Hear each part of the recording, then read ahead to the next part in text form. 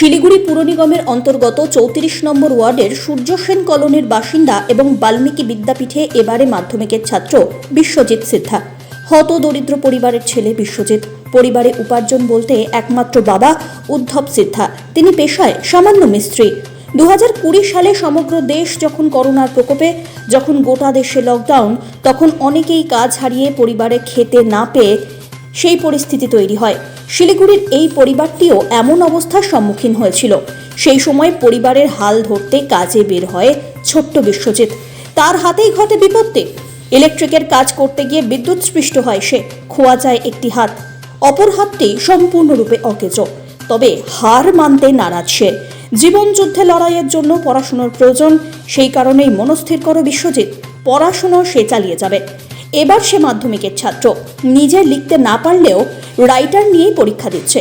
তবে এই রকম মনোবলকে শক্তি যোগাতে তার পাশে সহযোগিতার হাত বাড়িয়ে দিয়েছেন তৃণমূল কংগ্রেসের সাধারণ কর্মী গৌতম গোস্বামী এবং ৩৪ নম্বর ওয়ার্ডের সভাপতি অরূপ চক্রবর্তী। বৃহস্পতিবার মাধ্যমিকের প্রথম দিন তার বাড়িতে পৌঁছন তারা। ফুলের তোড়া, মিষ্টির প্যাকেট, পেন দিয়ে মনোবল বাড়ানোর চেষ্টা করেন। পাশাপাশি সুস্থভাবে যাতে সে পরীক্ষা দিতে পারে তার জন্য টোটোর ব্যবস্থাও করা হয়। এমন সহযোগিতায় খুশি বিশ্বজিৎ এবং তার পরিবার। অন্যদিকে সমাজসেবী তথা তৃণমূল কর্মী গৌতম গোস্বামী জানিয়েছেন, ভবিষ্যতে বিশ্বজিৎ যাতে পড়াশোনা করে নিজেকে প্রতিষ্ঠিত করতে পারে সেই দিক বিবেচনা করে আগামীতে তার পড়াশোনার সব খরচ তাঁরাই বহন করবেন।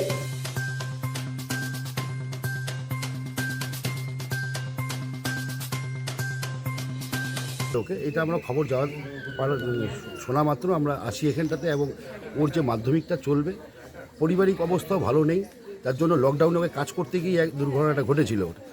তো যার জন্য ওর পরিস্থিতির পাশে দাঁড়িয়ে ওকে মনোবল জোগাতে আজকে ওর থেকে ওর একটা জীবনের প্রথম পরীক্ষার পদক্ষেপ নিতে যাচ্ছে, যাতে ওর যদি শুভকামনা করে আমরা ওকে যাতায়াতের যে কদিন পরীক্ষা চলবে তার ব্যবস্থা যেমন করছি, এবং আগামীতে ও পড়াশোনা করতে গিয়ে যদি ওর কোনো রকম প্রয়োজন হয় সেটা আমার সাধ্যমতো ওকে আমি চেষ্টা চালাবো।